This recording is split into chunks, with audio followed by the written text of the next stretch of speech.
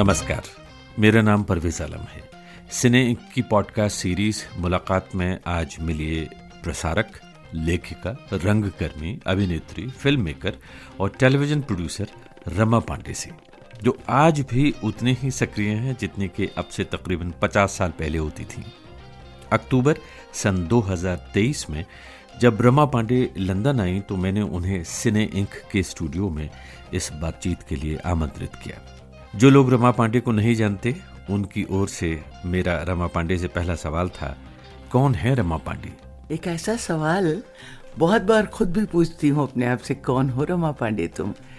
और अक्सर ये सोचती हूँ कि जो शीशे में एक भोली सी लड़की दिखाई देती है, उम्र के बावजूद भी वो एक मासूम सा चेहरा, वही मैं रमा पांडे हूँ। क्योंकि मैं कभी बचपन से आगे बढ़ी ही नहीं, मैं बचपन ही जीती रही।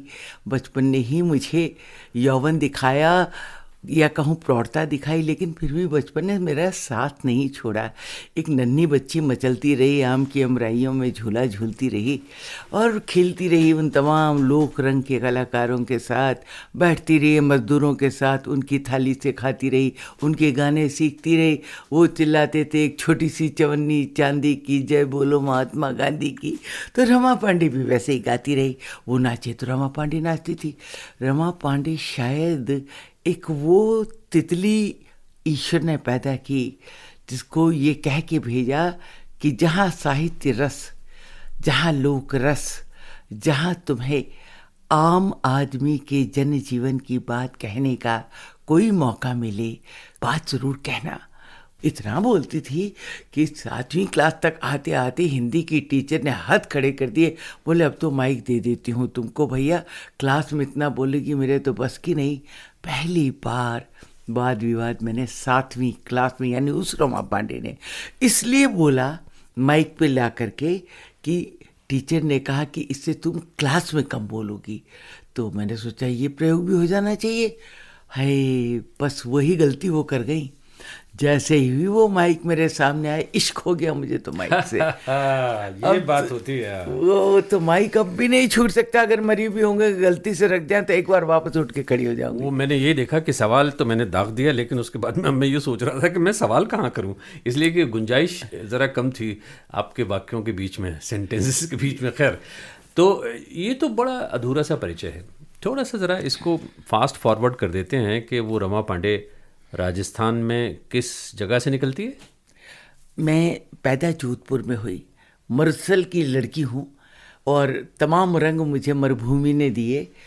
एक लड़की जो बहुत अच्छा बोलने लग गई माइक के ऊपर, जिसने कभी अपनी ज़िंदगी में स्कूल में न मानो वाद विवाद प्रतिवाद हारी, ना ही मोनो एक्टिंग हारी, आवाज़ें निकालनी शुरू की। एक ही रमा पांडे, तांगे की भी आवाज़, घोड़े की भी आवाज़ और बनिए की भी आवाज़, बंगाली की भी आवाज़। उसी से थिएटर शुरू हुआ, उसी से रेडियो शुरू हुआ। जो बात आप पूछना चाहते हैं, उस रमा पांडे की जिसे अब लोग जानते हैं मीडिया की लड़की, रेडियो टेलीविज़न से सबकी शुरुआत स्कूल के रेडियो से हुई, जयपुर से, महाराजा गर्ल्स मल्टीपर्पज़ स्कूल से। वहीं महारानी कॉलेज में थिएटर शुरू हो गया, एनएसडी का थिएटर शुरू हो गया। यूनिवर्सिटी जाते जाते अपने थिएटर शुरू हो गए। फिर सिलेक्शन हो गया कनाडा जाने के लिए as a cultural ambassador of India. तो जानते हैं साथ में कौन गया? कौन? अमजद अली खान साहब की बेगम साहिबा, राजू सुब्बलक्ष्मी बरुआ, श्रीकांत, ये सब नोन नेम अब हिंदुस्तान के। हम सब गए कनाडा और वहाँ पहली बार परिचय हुआ टेलीविज़न से। जब लौट के आए तो मन में ठान के आए कि अब तो टीवी तो करना ही करना है। तो फिर मुझसे पूछा हॉलैंड के एम्बेसडर ने कि क्या चाहती हो हॉलैंड आई हो तो? मैंने कहा मुझे ट्रेनिंग करवा दीजिए, और मेरा सिलेक्शन हॉलैंड में दूरदर्शन ट्रेनिंग में हो गया। जब हॉलैंड में दूरदर्शन मतलब टेलीविज़न? मतलब टेलीविज़न, मैं ये दूरदर्शन नहीं कहना चाहिए, दूरदर्शन तो नाम हुआ अपने टेलीविज़न का। TV, the name of the institution is radio Netherlands television training centre. अच्छा। और मैं हिंदुस्तान की पहली लड़की सेलेक्टिव, बीबीसी पे आने से भी पहले I was already A train director producer. तो हॉलैंड में वो ट्रेनिंग हुई, वापस जाके फिर आपने दूरदर्शन ज्वाइन किया? फिर दूरदर्शन शुरू किया, ज्वाइन नहीं किया, फ्रीलांस में खूब प्रोग्राम किए और दीपक वोहरा एक नाम आपको याद होगा, वो भी बहुत अच्छे प्रेजेंटर थे। अब जो नाम आप देख रहे हैं, जो लोग बड़े बड़े नाम आप कहते हैं, इनका प्रभु चावला वगैरह का, ये सब तब हम लोग जवानी वाले लोग थे, तो हम सब टीवी पे बहुत फ्रीलांसिंग करते थे। और विनोद दुआ, लेट विनोद दुआ वॉज माई कंटेम्प्रेरी। मैं और वो एक ही प्रोग्राम करते थे, कल हमारा है। क्या, कौन सा प्रोग्राम? कल हमारा है। ओके। आज अपना हो न हो, कल हमारा है। ठीक है, तो दूरदर्शन में आप ये प्रोग्राम कर रही थी और उसके बाद में फिर बीबीसी का बुलावा आता है? बीबीसी का बुलावा आया, BBC हिंदी सर्विस। इत्तेफाक हुआ कि मेरा दिल अचानक उब गया दूरदर्शन से और मैंने रिज़ाइन किया। 8 बार उन्होंने मेरा त्याग पत्र फाड़ा, कहा कि कमाल हो, गवर्नमेंट की जॉब छोड़ के जाना चाहती है। फिर मैंने अप्लाई किया और मैं कंपटीशन से आई हूँ, मुझे बुलाया नहीं। बुलाया तब जब मैं पास कर गई, और उन 4 लोगों में मैंने ही टॉप किया था। मैं थी नरेश कौशिक जी और गौतम सचदेव, ये सब बाद में आए, पर सबसे पहले मुझे ही बुलाया। तो मैंने यहाँ आकर बाकायदा रेडियो के साथ फिर इश्क लगाया, आंखों में पट्टी बांधी, कानों से देखना शुरू किया, जो कि कानों से सुनने की आदत थी। तो ये कौन सा जमाना, जरा याद दिलाइए। 81 में आई मैं, 1981 प्रिंसेस डायना की शादी हुई। मुझे ये मौका मिला कि मैं प्रिंस चार्ल्स और प्रिंसेस डायना की शादी को कवर करूं। I was lucky. मुझे पोस्ट किया गया बाकायदा बकिंगम पैलेस के सामने, तो वहाँ से मैंने बाकायदा कमेंट्री की, वहाँ से रिपोर्टिंग की। और भी बड़ी बड़ी घटनाएं हुई आपके सामने, तो यहाँ उस जमाने में लंदन में याद दिलाइए। गांधी भी उन्हीं दिनों आई थी, उसके आसपास। रिचर्ड एटनबरा की फिल्म गांधी। बिल्कुल। फिर मैंने उनका भी इंटरव्यू किया। किनका? रिचर्ड एटनबरा। अरे वाह, अंग्रेजी में। हमारे लिए कितनी बड़ा चैलेंज कि हम तो हिंदी में ब्रॉडकास्ट करते थे, वो इंग्लिश में बोलते थे। आप उनसे प्रश्न करते थे अंग्रेजी में, फिर आप अपने दर्शकों से इंग्लिश में बात करते थे, और तर्जुमे की और भाव की, छायावाद की जो बात अपन करते, उसकी पहली ट्रेनिंग बीबीसी से ही हुई। उनको क्या, उसी के साथ अपने यहाँ एक परंपरा सांस्कृतिक प्रोग्राम की चली मिसेस गांधी की, अपना उत्सव, अगर आपको याद हो। हाँ, मुझे याद है, राजीव सेठी वगैरह उसको ऑर्गेनाइज कर रहे थे जी। ये मुझे इसलिए भी अच्छी तरह से याद है कि मैंने उसको वहाँ दिल्ली में कवर किया, तब मैं ऑल इंडिया रेडियो के लिए काम कर रहा था जी। और हम लोग बड़े तरह तरह के प्रोग्राम करते थे, और अपना उत्सव बहुत ही कामयाब फेस्टिवल था अपने वक्त का। वो फिर लंदन आया। बिल्कुल। जब वो लंदन आया तो फिर रमा का उत्सव हो गया वो, क्योंकि हम सांस्कृतिक प्रोग्राम देख रहे थे, उसमें सबसे मुलाकात हुई, आप यू नेम इट, इतना लेवल का था वो उत्सव। और एक और बहुत बड़ा इवेंट हुआ था, है क्रिकेट का वर्ल्ड कप। यस, उसमें भी मैं यहाँ थी, और कपिल बाकायदा आए और आकर के उनका इंटरव्यू हुआ हमारे यहाँ, कपिल देव का। और अब अपने स्टूडियो में तो बहुत बढ़िया दोस्त बन गए हम लोग। फिर हमारे घर भी आए, उनको पाकिस्तानी हमारे दोस्तों ने, अच्छे लोगों ने उनका इतना सत्कार किया, अपनी उसमें बुला के सोने की मोहरें कपिल को दी मेरी आंखों के सामने। सोने की मोहरें मतलब किस तरह की थी? किस तरह की थी? ये किस तरह की नहीं, असली वाली जो जिसको पौंडे बोलते हो आप लोग, गोल्डन पाउंड्स। अच्छा। वो उन्होंने कपिल को 5 दिए मेरे सामने। ये तो मेरे सामने की बात है। उनका नाम शरीफ था और उनकी दुकान थी 7 सिस्टर्स में। उन्होंने मुझसे रिक्वेस्ट की कि अगर आप कपिल जी को एक बार मेरी शॉप पे, साड़ियों की दुकान थी, 4-5 साड़ियाँ उनकी वाइफ को दी कपिल की, और अगर एक बार यहाँ ले आएंगे। तब हमारे दिल बड़े थे, हम लोग ऐसा बिल्कुल नहीं था कि पाकिस्तान उतना ही खुश था कि हमने वर्ल्ड कप जीता। तो एक बात बताइए, इधर वर्ल्ड कप हुआ है और उसके बाद में ये उनके सम्मान में चीज़ें होने लगी फौरन, या वो दोबारा आए थे फिर? ना, वो रहा, और 1 महीने वर्ल्ड कप के बाद ये तो 8-10 दिन ठहर के गए। वो दौरान कितना सम्मान इन क्रिकेटर्स को मिला है। क्या विश्वनाथ, क्या ये लोग सब अल्सकोट में ठहरे थे, तो हम लोगों को जाना होता था। जाती थी वहाँ पे? जी बिल्कुल। और इतना क्या रिकॉर्ड करने जाती थी?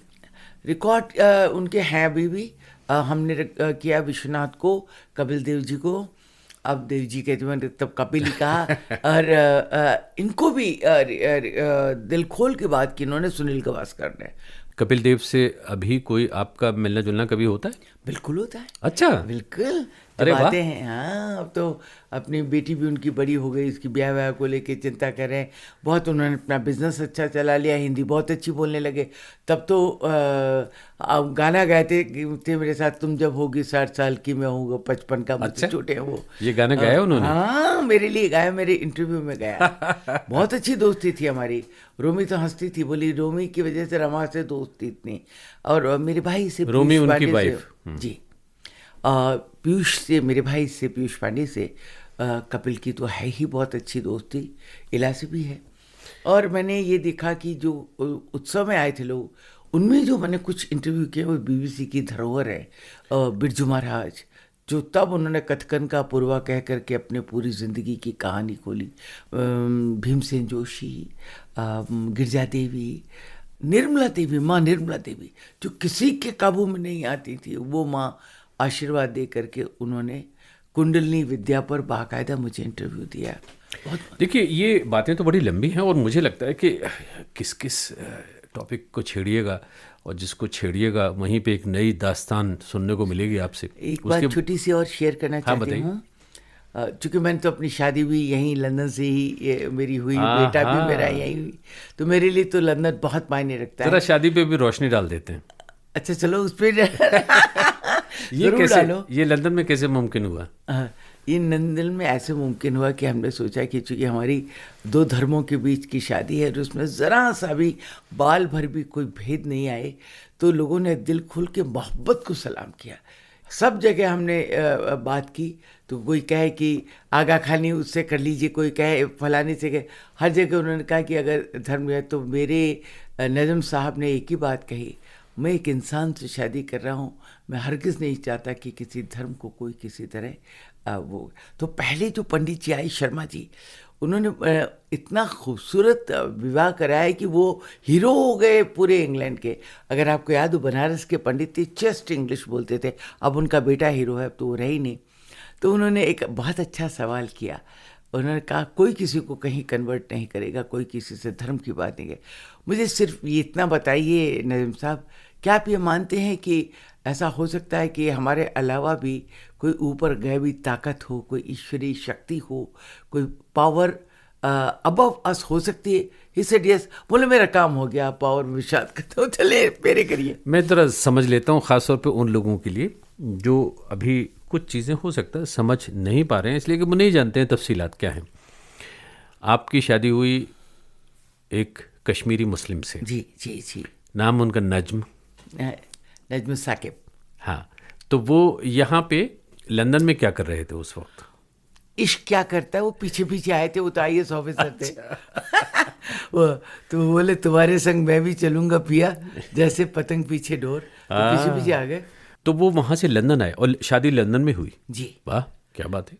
यही बात नहीं, 25 साल बाद उसी होटल ऑस्ट्रेलिया मोटल इन में जहाँ धूमधाम से शादी हुई, जहाँ पाकिस्तानी लोगों ने पार्टिसिपेट किया, जहाँ हिंदू लोगों ने अंग्रेज़ों ने पार्टिसिपेट, शानदार शादी, क्या मेहंदी, क्या फेरे, सब कुछ हुआ। और क्या कुरान शरीफ की आयतें, लेस्टर से, मैनचेस्टर से लोग आए। खैर 25 साल हुए, 25 साल, बेटा भी बड़ा हो गया। फिर अब हम 25 साल बाद हमने तय किया कि उसी होटल में हम अपनी 25वीं मनाएंगे। अरे वाह, क्या बात है। उसी होटल में परवेज साहब हमने अपनी 25वीं मनाई। आप सब थे और आप सबका प्यार था, उतनी ही शानदार लगी। क्योंकि जो जानदार बात देखने की थी कि जितने 250 लोग उस समय आए थे, उनमें से आधे लोग यहाँ वाले तलाक दे चुके थे। हमारी 38वीं में भी चल रही है। तब सबको ये लगा था कहीं छूट नहीं जाए, कहीं छूट नहीं जाए। लेकिन मेरा ख्याल है जिन दिलों में मोहब्बत आधार ले लेती है, वो शादियाँ, वो रिश्ते टूटते नहीं। बहुत खूबसूरत बात कह रही हैं आप। और अब आपने ये भी कहा कि अब आपका बेटा माशाल्लाह खासा बड़ा है और वो बॉम्बे में, इतना मैं जानता हूँ, एडवर्टाइजिंग और टेलीविज़न प्रोडक्शन की दुनिया में है। जी हाँ, एनिमेशन की दुनिया में है। वो वर्ल्ड डिज्नी में रही। और अभी एक बात आपको बताया कि मुझे खुशी होगी, आपको बहुत मानता है वो, तो आपको ज़्यादा खुशी होगी। उसने जो एनिमेशन में पॉडकास्ट उसका जो था, मिथ ऑफ द शिप, उसको अभी पिछले महीने 3 अवार्ड मिले, गोल्ड, सिल्वर और ब्रॉन्ज। इसको WT अवार्ड कहते हैं। नाम है उसका निहार साकिब। निहार। निहार। जी। निहार माने पहला और पवित्र, वाह, और इत्तेफाकन पर्शियन में भी इसका मतलब यही जो संस्कृत में, ये भी एक इत्तेफाक है। अरे साहब वाह, बिल्कुल सही बात है। मैं ये समझता हूँ कि रमा पांडे एक ऐसा नाम है और एक ऐसी विविधता वाली शख्सियत है कि किस विषय पे बात करें और कहाँ छोड़ें और फिर कहाँ पकड़ें, ये समस्या है मेरे सामने। उसकी वजह ये है कि मैं रेडियो का जिक्र करूँगा तो आप मुझे हज़ारों किस्से सुना देंगे, टेलीविज़न की बात होगी, दूरदर्शन की तो वहाँ गया, आप हज़ारों किस्से हैं, BBC की तो हैं अभी बात चल रही है। लेकिन अभी बहुत सारी बातें बाकी हैं आपके साथ। उनमें एक बात ये भी, अभी आपने एडवर्टाइजिंग का जिक्र किया था। वो लोग जो तफसील से नहीं जानते आपके बारे में बहुत सारी बातें, वो शायद ये भी नहीं जानते कि आप पीयूष पांडे की सगी बहन हैं। जी जी जी छोटी बहन है। जी, वो छोटे हैं, पर अब उनका काम इतना बढ़ गया, हम उनको दद्दू ही बोलते हैं। हाँ, अच्छा, मैं ये समझता रहा हमेशा कि वो बड़े हैं आपसे। नहीं, वो सबसे छोटे हैं, और उनसे छोटे एक भाई और है, उसका भी बहुत नाम है, प्रसून पांडे, और उसकी जो कंपनी है उस समय दुनिया में नंबर 8 कंपनी एडवर्टाइजिंग की, करकाइस, और उसमें बहुत अवार्ड जीते। और अभी जब ये काउंस में दोनों भाइयों को लाइफ टाइम अचीवमेंट अवार्ड मिला था एक साथ, तो दोनों ही अचीवर हैं। पर ये कहना चाहती हूँ, जो आप कह रहे हैं कि जब ये शुरुआतें होती हैं ना परवेज, वो बहुत छोटी होती हैं। आज तुम तो इतना बड़ा पॉडकास्ट का स्टूडियो लगा के बैठे हो, जब हम लोगों ने एडवर्टाइजिंग शुरू की तो उसका नाम था इला अरुण पब्लिसिटी। इला के हस्बैंड के पास एक वो चक्रीदार वो था टेप रिकॉर्डर। अभी तो सुनिए, अभी बहनों की तरफ तो हम आए ही नहीं हैं। अच्छा, अभी तो हमने भाइयों का जिक्र किया। 2 भाई हो गए, दो भाई जो वर्तमान भीष्म पितामह हैं भारत में। वो अक्सर लोग कहते हैं कि पीयूष पांडे हैं, और ये वही पीयूष पांडे हैं जिन्होंने गुजरात का बहुत ज़बरदस्त कैंपेन किया था, और ये वही पीयूष पांडे हैं जिन्होंने प्रधानमंत्री नरेंद्र मोदी के लिए ज़बरदस्त कैंपेन किया था, सच। और बहुत आगे तक गए। और जो पहला इलेक्शन था, उसके बाद में अभी आपने जिक्र किया प्रसून पांडे का, जो अपने आप में उतना ही बड़ा नाम है और उनका बहुत बड़ा खासा काम है, और आज उनका जो एडवर्टाइजिंग में काम है वो बहुत ज़्यादा फैल रहा है दुनिया भर में। जी बिल्कुल। 2 भाई हो गए, 2 भाई बने। अच्छा, बहनें हैं।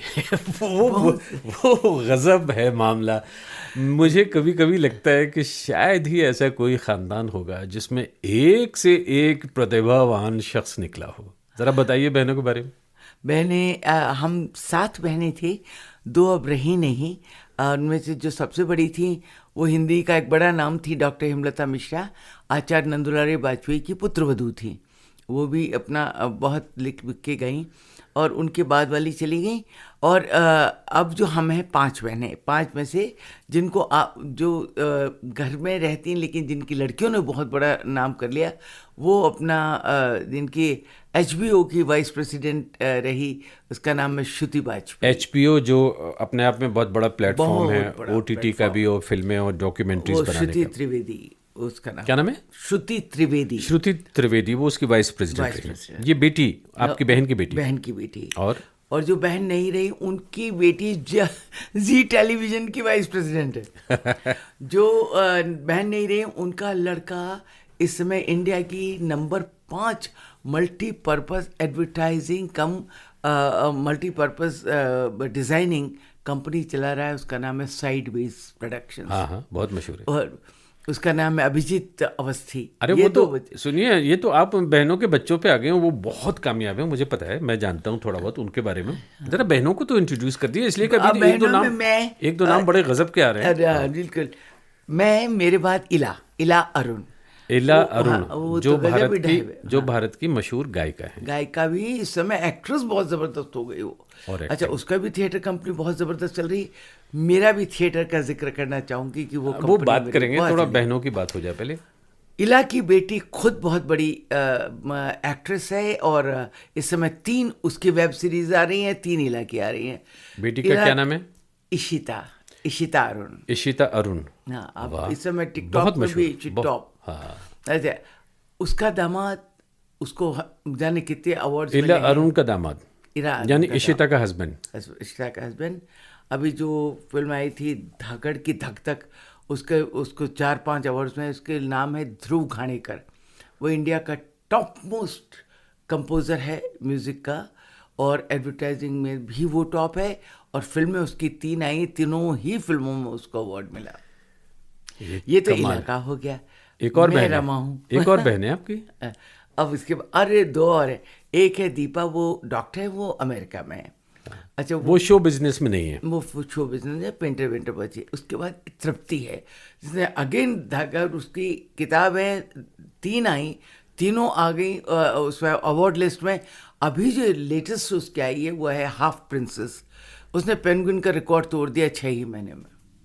तृप्ति इंग्लिश पांडे? में जी, ये फिक्शन उसने लिखा। जयपुर की एक ट्रू स्टोरी थी उसी पर, और उस पर करके रिसर्च, और उसकी आ गई जो जयपुर लिट फेस्ट में उसका इनाग्रेशन हुआ, और अब तो सब जगह से उसको अवार्ड बहुत जिक्र हुआ उसका किताब का। तो अब मैं रमा पांडे। नहीं, रमा पांडे का जिक्र तो चल रहा है, और रमा पांडे के माध्यम से और भी बहुत सारी बातें हो रही हैं, और मैं आपकी तरफ भी फिर से आऊँगा। लेकिन मैं यहाँ ये ज़रूरी समझता हूँ, और मैंने सुना है, पीयूष पांडे से भी कभी सुना था किसी इंटरव्यू के दौरान, और शायद आपसे भी, कि पहली फुर्सत में जब उनको मौका मिलता है वो अपनी माँ को सलाम करते हैं। तो थोड़ा सा ज़रा बताइए अपनी माँ के बारे में, इसलिए कि जो जिस तरह से उन्होंने तरबियत की, जिस तरह से उन्होंने आप सब लोगों को मौका दिया फलने फूलने का, ये कहानी कमाल की है, गज़ब की है। माँ का नाम लेती आंखें भर आती हैं, क्योंकि पढ़ा उन्होंने सिर्फ मैट्रिक तक था, मैट्रिक भी नहीं दे पाए उसके पहले उनको वो। लेकिन पिता उनके स्वतंत्रता सेनानी थे, बलदेव प्रसाद वाजपेयी, उमाशंकर दीक्षित के साथ के कांग्रेसी आदमी थे। सब कुछ छोड़ छाड़ के उन्होंने गांव के लिए स्कूल सब, तो उसका असर मेरी माँ के मन पे पड़ा। तो जब उनकी लड़कियाँ होती गई, चाहे 3 भाइयों के बीच में, एक चचेरे भाई, 2 सगे भाई, मतलब मेरे पिताश्री, मेरे ताऊश्री, बच्चे ही नहीं थे, सिर्फ मेरे ताऊ के, मेरे पिता के बच्चे हुए। तो हम 9 थे, तो भी हम बहुत लाडले थे, क्योंकि बाकी 2 भाइयों के बच्चे नहीं थे। तो एक एक बच्चा उन भाइयों ने ले लिया। अच्छा, और भाई तब तक आए ही नहीं। लड़कियों पे लड़कियां, लड़कियों पे लड़कियां, लड़कियों पे लड़की। पांडे वंश का कोई सूर्य उदय होने का सवाल ही नहीं हो रहा। अब मेरी अम्मा ने मंदिर, मस्जिद, दरगाह, गुरुद्वारे, सब जगह धागे बांधने शुरू करे। कहाँ नहीं गई, ख्वाजा साहब के दर पे जाके सिर टका के आई। तो जब ये हुआ कि ये भाई होंगे, तो हमको नहीं पता था कि सारे मिलकर के पीयूष में इतने गुण भर देंगे। कोई दर नहीं था जहाँ मेरी माँ नहीं गई हो, चाहे वो चर्च था, चाहे वो दरगाह शरीफ थी, चाहे वो मंदिर था, औरों ने भी, उनके रिश्तेदारों ने सब। तो अब माँ ने क्या किया कि लड़कियाँ होने पे भी हिम्मत नहीं आ रही, उन्होंने ये सोचा कि जो मैं नहीं कर पाई मैं अपने बच्चों को कराऊं। तो जब वो हम लोगों को जाने देती थी थिएटर करने, माइंड यू हम बहुत छोटे शहर से आए हुए लोग हैं, और बहुत ही सीमित सोच वाले लोग थे। लड़कियां बाहर जाके लड़कों के साथ थिएटर किए रहे, जयपुर में अनथिंकेबल था। लड़कियां थिएटर करें माने वो उस इलाके की हैं, जिन इलाके का जिक्र अपन करते नहीं, बेचारी उन औरतों को तवाइफें कहते हम। लेकिन मेरी माँ ने मेरी कॉलेज की बात मानी, स्कूल की बात मानी, और हमको बाकायदा आगे बढ़ करके हमको ये इजाज़त दी। हम उनकी आज्ञा देना और हमारे किरदारों को सुनना हम याद करते थे, तो अम्मा बैठ के सुनती थी। अच्छा। फुल्का बन रहा है, बोले हाँ रमा, बोले तो तुमने ये नहीं कहा था, तो उस समय पार्वती ये कह रही थी, तो ये आप अपनी माँ को सुना रहे, माँ खाना बना रही। ऐसी माँ को मतलब मैं क्या कहूँ, वो खुद कैसे पढ़ती थी। जोधपुर में कोई मैगजीन नहीं आती थी। चांद के फांसी अंक को लाने के लिए उन्होंने 2 दिन खाना नहीं खाया। उन्होंने अम्मा, मेरे फादर से कहा कि मुझे कुछ नहीं चाहिए। कानपुर से गणेश शंकर विद्यार्थी चांद का फांसी अंक निकाले, बोलेगा कचौड़ी वचौड़ी जो लिफाफे में आता था सामान, अम्मा आधी रात को लालटेन में अंगुलियां गीले में करके उसको खोलती थी लिफाफे को, ताकि वो एक पन्ना बन जाए। अम्मा वो पढ़ती थी। उस माँ के हम कर्जदार हैं, उस पिताश्री के कर्जदार हैं, जो चाहते तो he could have put his foot down, could have said नहीं कर सकता, जाओ क्या कर लोगे। उन्होंने कभी नहीं किया। खुद बहुत अच्छे कवि थे, बहुत बुलंद आवाज़ के थे। तो एक बड़ी मज़ेदार बात करूँ कि दर्शक सुन रहे होंगे कि अपनी अपनी आत्मचर्चा किए जा रहे हैं। दर्शक मत कहिए, बार बार दिल दुखता है। अच्छा सुनने वाले, मेरे प्यारे प्यारे सुनने वाले, तो ये कहानी चल रही। तो एक छोटी सी हमारे घर में टेबल है चाय की। ये चाय की चर्चा अब मजाक का विषय, लेकिन हमारे यहाँ चाय का वक्त कम से कम 2.5 घंटे का होता है। मजाक नहीं करे, उसमें कितने कहूँ, कम से कम 30-40 कप चाय चलती है, सब मतलब मिला के। और एक एक आदमी 4-4, 5-5, उस पे हम लोग बाकायदा मिश्रा तरह निकाल करके उसके साथ उसी तहतो लफ्ज में बोला करते थे, अच्छा तुमने खाना खाया? खाया तो था तभी जब तुमने गाना गाया। अच्छा, मुझे तो अब ध्यान आया। अच्छा बताओ, इससे तुमने क्या पाया? हर जिसके पास वो चाय जाती थी शम्मा की तरह, वो उस आदमी को मिश्रा तरह पूरी करनी पड़ती थी। उसका एक ये हुआ कि हम लोग बहुत हाजिर जवाब हो गए और हमको लिखना आ गया। लिखना बिना में बिना तरह की, वही पीयूष ने देखा कि कितना हम छेड़ते थे, और पीयूष शैतान भी बहुत था, तो वो कोई सी बात हो उसी में लेके बैठ जाता। अब भी हिज क्विक विटनेस इज, जो उसकी ये है आदत, वो कमाल ही है। आई थिंक वो खुदा दाद है, खुदा दाद है।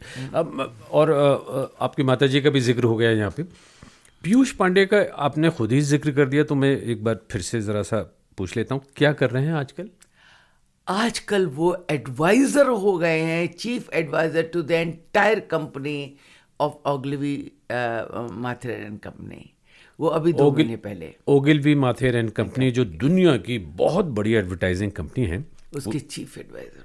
ये ग्लोबल पूरी दुनिया के? जी, क्या बात है साहब। इससे आगे अब कोई जगह ही नहीं। अब तो वही लोग छोड़े अपनी गद्दी, तो मतलब अब कुछ करने को है ही नहीं। और हाल फिलहाल में उनके कुछ कैंपेन्स कुछ पता है अब अभी से बताऊंगी तो मार पड़ेगी, पर इलेक्शन आ रहे हैं, कैंपेन फिर उनके पास है। हाँ, यानी कि 2024 में जो इलेक्शन होगा, आम चुनाव, उसकी जिम्मेदारी एक बार फिर पीयूष पांडे के कांधों पे है। और ये बात हो रही है सरकार में जो सत्तारूढ़ पक्ष है, यानी कि भारतीय जनता पार्टी की। वो एक ऐसा विश्वास है प्रधान सेवक जी का उनके ऊपर 1 to 1, तो जो वो अपनी सरकार से भी नहीं कह पाते। कभी होता हुआ ऐसा अपने सबके जीवन में ऐसा वक्त आता है जब अपन सारी बातें नहीं कह पाते उन लोगों से जिन पे बहुत विश्वास करते। उनमें से भी कुछ बातें हैं वो उनके साथ शेयर करते हैं कि उनके मन में क्या चल रहा है। ऐसा नहीं कि वो व्यक्ति, मैं उनकी कोई बहुत बड़ी फैन नहीं हूँ, मैं तो हूँ ही नहीं उधर। किनकी फैन नहीं है? मैं प्रधान सेवक की फैन नहीं हूँ, मैं मोदी जी की फैन नहीं हूँ, इसलिए कि मैं पर्सनली उनके खिलाफ नहीं हूँ, मैं सरकार की बात कह रही हूँ।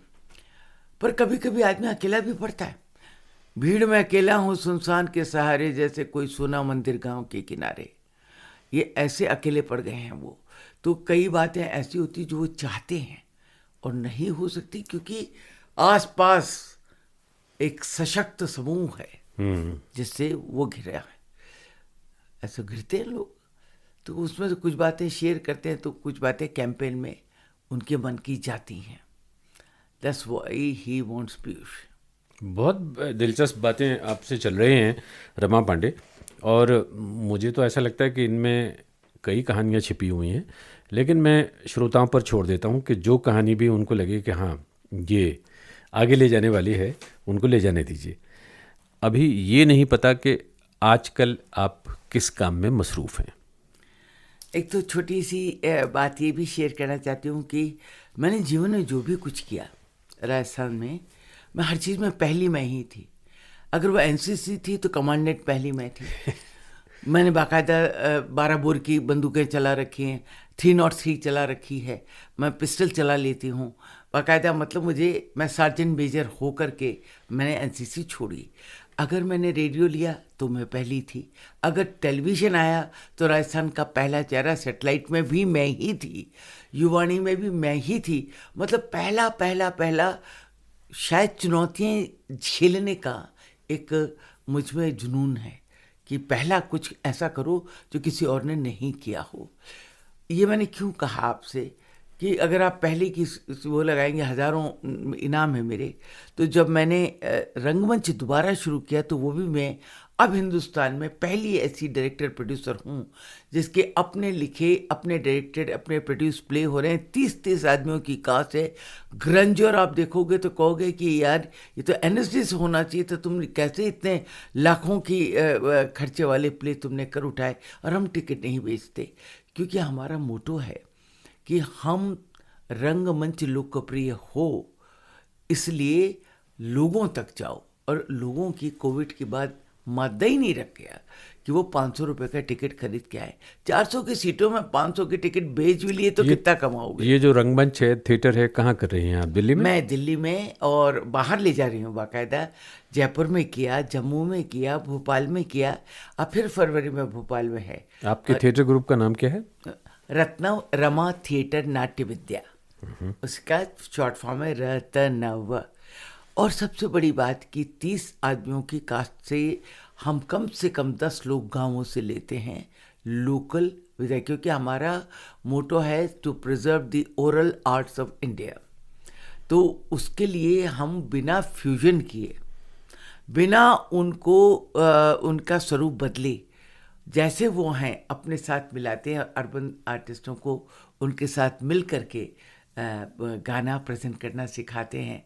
तो कोविड में तो ये जो नाटक मंडली है आपकी, कमाल की है कि सब आप दिल्ली में ही नहीं बल्कि दिल्ली से बाहर और भी बहुत जगहों पे जाके नाटक कर रहे हैं, और उसमें छोटे शहर भी हैं, बड़े शहर भी हैं। बिल्कुल, हम तो छोटा बड़ा मानते हैं। अब मैं तो मान के चलती हूँ परवेज कि अगर साहित्य जिंदा रखना है, संस्कृति जिंदा रखना है, छोटे शहरों में ही जाना होगा, छोटे शहर के नौजवान से ही बात करनी होगी, उसी के दिल में उतरना होगा। यही तुम्हारा भविष्य है, ये भूल जाओ। मुझे ज़रा याद दिलाइए कि पिछले दिनों में आपने कौन से थिएटर प्रोडक्शंस किए हैं, ज़रा नाम बताइए। मैं जब आई इस समारोह के लिए, यूरोपीय भरोपी जिसको कहते हैं हिंदी समारोह, उससे 2 दिन पहले मैंने अपना फेस्टिवल करके आई हूँ 3 प्लेस का।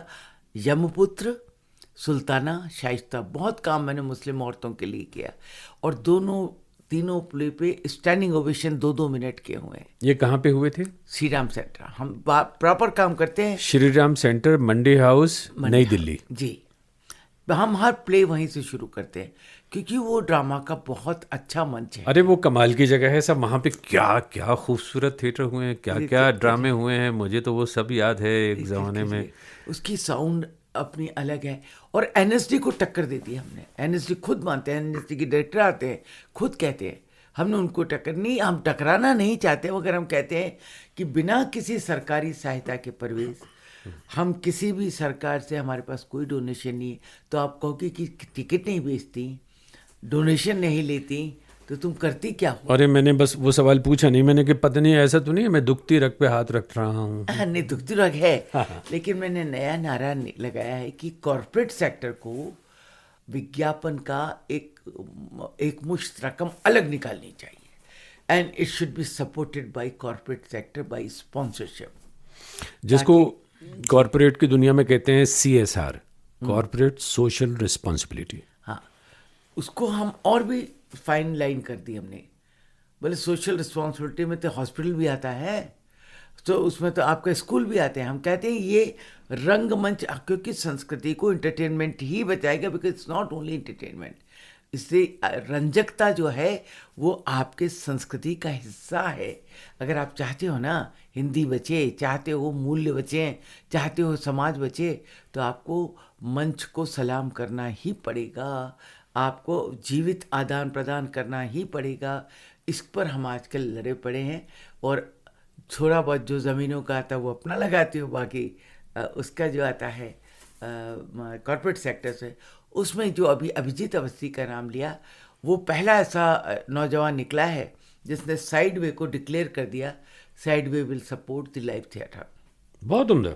रमा पांडे, थिएटर की बात हो गई है, फिल्मों की बात, और टेलीविज़न के लिए जो आपने दर्जनों की तादाद में प्रोग्राम बनाए हैं, मुझे पता है इसलिए कि जब मैं दिल्ली में था तब भी मुझे ये मालूम था कि आप मसरूफ़ हैं। किस काम में मसरूफ़ हैं? ये ड्रामा हो रहा है, वो ड्रामा हो रहा है, ये सीरीज़ हो रही है तरह तरह की, और दर्जनों मुझे लगता है 100 से भी ऊपर ऐसे कुछ प्रोग्राम किए होंगे। थोड़ा सा उनके बारे में बताइए।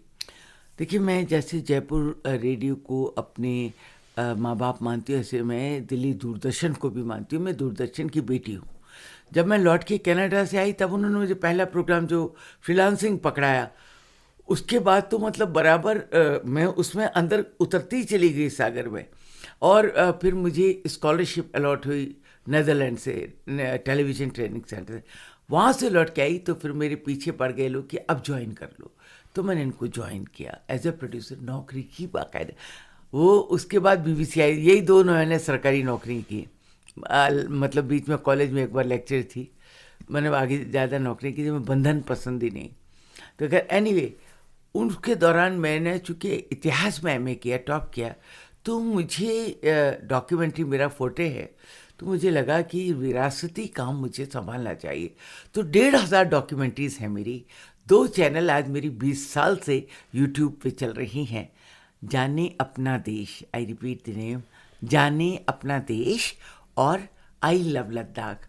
अभी भी जो सुन रहे हैं मेरे दोस्त, वो अभी अपना स्मार्टफोन खोलें, अभी इस इन दोनों का नाम टाइप करें, आपको अभी मिल जाएंगी मेरी ये मैं तो सोच रहा हूँ कि थिएटर भी, फिल्म भी, सोशल वर्क भी, फिर नेटवर्किंग भी, फिर ट्रैवलिंग भी, और खैर एक लंबी दास्तान है। अब क्या होता है कि मुझे ये तो पता है कि आप ज़्यादातर वक्त गुड़गांव में गुजारती हैं जी, और बीच बीच में कश्मीर भी जाती हैं। कश्मीर भी, बॉम्बे भी। अब बॉम्बे भी, बॉम्बे में बेटा है, भाई भी हैं, काम भी, और काम भी है, और बहनें भी हैं। दिल्ली तो है ही। नहीं, बहनें भी है सारी, वही हैं, और जयपुर भी। और जयपुर भी है, तो और लंदन तो है ही है। आप हैं जहाँ, वो हमारा ही है। तो रमा पांडे, एक क्लीशेट किस्म का सवाल होता है कि व्हाट नेक्स्ट, मतलब ज़िंदगी में इतना कुछ हासिल कर लिया है, इतना देख लिया है, इतना कुछ समाज को दे भी दिया है, वो कौन से ऐसे ख्वाब हैं जो लगता है कि अभी देखने बाकी हैं? मुझे तो लगता ही नहीं मैंने कुछ किया, मुझे लगता बहुत कुछ करना भी बाकी है। वो कोविड के समय भी भगवान से ही कहती थी, खबरदार मुझे ऊपर लेके गए तो बहुत काम करना मुझे। तो ये लिखा भी मैंने बहुत, एक का जो आपकी किताबें हैं बहुत सारी, मुझे पता है। बहुत सारी, 8 के करीब किताबें हो गई। अगली कहानी संग्रह आ रहा है, पोखरन में पखावज। तो कहने का मकसद मुझे लगता, क्या नाम बताइए? पोखरन में पखावज बहुत इंटरेस्टिंग। पोखरन में पखावज, वाह। जिस समय वहाँ ये अपने आप न्यूक्लियर धमाके हुए, उस समय जो इंजीनियर वहाँ था वो पखावज भी बजाता था। अच्छा, इसलिए उस गीत का, इस मृत्यु संगीत से जो ले देकर एक प्रेम कहानी निपजी है वहाँ से, वही मैंने उसको शीर्षक टाइटल। ये बड़ी दिलचस्प बात बता दी आपने। ये एक अपने आप में धमाकों के बीच में जो दिल से धमाका हुआ और उसने अपने ही वो इतना बड़ा पढ़ा लिखा आदमी, Srinivasan, and he fell in love with Manganiyar गाने वाले की ढोलक के साथ वो पखावज होता था। उसकी बीवी उसको खाना देने जाती थी, बस उसी में एक प्रेम निपज गया और एक धमाका फूट। मतलब ये कि किसी की बीवी पे दिल आ गया। किसी की बीवी, तो प्रेम जो है ना, वो बीवी कहाँ देखता है। और मुझे एक मेरी जो मालिश वाली थी बहुत अच्छी है, उसने मुझे जीवन का संदेश दिया, 3 लाइन का है। वो कहती है कि भूख न जाने भात कुभात, भात खा लो कुभात खा लो, भूख लगी तो कुछ भी खाओगे। भूख न जाने भात कुभात, नींद न जाने टूटी खाट, जब नींद आई तो टूटी खाट, और इश्क न जाने जात कुजात, इश्क ही नहीं जाने। तो ये आपका जो उपन्यास होगा या क्या? एक छोटा कहानी संग्रह है, 12 कहानियों का। उसमें एक कहानी ये भी है? उसमें एक कहानी है जिसको हमने टाइटल आपने उसी हिसाब से दिया उसको दिया। ये तो बहुत दिलचस्प, आपने अभी से जिज्ञासा ऐसी पैदा कर दी कि कहते हैं ना, एहसास तजस्सुस उर्दू में बोलते हैं कि साहब इतनी तेज़ी से, शिद्दत से काम कर रहा है कि वो कहानी पढ़ने का दिल करता है एकदम से। तो रमा पांडे, अब जो बात हो रही थी कि वो कौन सी ऐसी 2-3 चीज़ें हैं जो और करना चाहती हैं उसके बाद? मैं फीचर फिल्म में काम करना चाहती हूँ। फीचर फिल्मों में as an actress? As an actress. Role दिलवाएं फिर आपको? दिलवा दो, मैं कर लूँगी बिना पैसा लिए। मुझे बहुत अच्छा लगता है वो मीडियम, पर कहानी अच्छी होनी चाहिए। अपने भाई से मैंने कहा वो बनाने जा रहा है, ये नई न्यूज़ आपको दे दूँ। अच्छा, क्या? छोटा भाई फीचर फिल्म बनाने जा रहा है। प्रसून पांडे? हाँ, प्रसून। फीचर फिल्म में बनाएंगे वो? मेरा ख्याल है अब अगले 2 महीने में शुरू होने वाली। अरे वाह, अब इतना बड़ा नाम है, फिल्में बनाएंगे तो ज़ाहिर सी बात है पूरी दुनिया की मैंने उसमें उसको कहा दिलचस्पी। राखी पे मुझे कुछ मत देना, तो बोला क्यों? मैंने कहा रोल दे दे चुपचाप। एक रोल दे दे। मैंने 10 राखियाँ माफ तुझे, तो ये दे दो। देखो क्या था, मैं बहुत कुछ करना चाहती हूँ। मैं चाहती हूँ कि कैसे भी करके रंगमंच को उसकी इज्जत और गरिमा बाकायदा बाहर भी मिले। आप सिर्फ इंस्टीट्यूशंस के सारे जिंदा मत रहिए, उसको बाहर लाना है। और कला का जो विरासती काम मेरा फिल्में बनाने का है वो मैं नहीं छोड़ना चाहती। अभी भी इन्होंने मेरा एक छोटा सा काम तुमको अच्छा लगेगा, कितनी बार दूरदर्शन ने दिखा दिया जब से मैंने बनाया वो सीरियल तौबा तो नसूर डिप्टी नज़ीर का लिखा हुआ, और उसमें आपको पता है कि दिल्ली की वो उर्दू तो कहीं से खो गई। डिप्टी नज़ीर का लिखा हुआ ड्रामा तौबा तो नसू की तौबा, उसकी लैंग्वेज बोलने वाला कोई नहीं। उर्दू चैनल ने, मैंने ये पेशकश की कि मैं बनाऊंगी, उन्होंने मान लिया। बनने के बाद वो 40 लाख का प्रोजेक्ट 80 लाख में हुआ। मैं पैसे की बात नहीं कह रही हूँ, उन्होंने जो दिया था, लेकिन it has become a mega success. एक साल में जितनी बार ईद आएगी वो जरूर दिखाया जाना। आज उसको बनाए हुए मुझको 9 साल हो जाएंगे। तो लेकिन कहती हूँ कि कई बार जब वो काम आप करते हैं तो लगता है अभी कुछ है बाकी दिखाना है, अभी कुछ करना है। मुझे नहीं तृप्ति होती घर बैठ के, मैं तो नहीं पाए। मुझे तुम 2-4 दिन भी घर बिठा लोगे तो 5वें दिन बीमार पाओगे, और बेटा का ब्याह हो जाए ये चाहती हूँ। रमा पांडे, बहुत बहुत शुक्रिया। हज़ारों ख्वाहिशें ऐसी कि हर ख्वाहिश पे दम निकले। बहुत निकले मेरे अरमान, लेकिन फिर भी कम निकली। तुमसे बात करने का मज़ा आया, और सुनने वालों बहुत उम्दा, शुक्रिया, थैंक यू। प्रसारक, लेखिका, रंगकर्मी, अभिनेत्री, फिल्म मेकर और टेलीविजन प्रोड्यूसर रमा पांडे के साथ मैंने ये बातचीत लंदन में अक्टूबर सन 2023 में रिकॉर्ड की थी।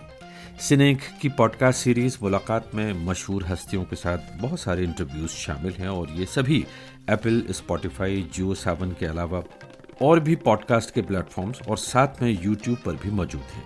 और हाँ, हमारी वेबसाइट पर भी आप ये सभी प्रोग्राम सुन सकते हैं, www.cineinc.com, CINEINK। हमें ईमेल लिखने के लिए आईडी है post@cineinc.com। परवेज आलम को इजाजत दीजिए, नमस्कार।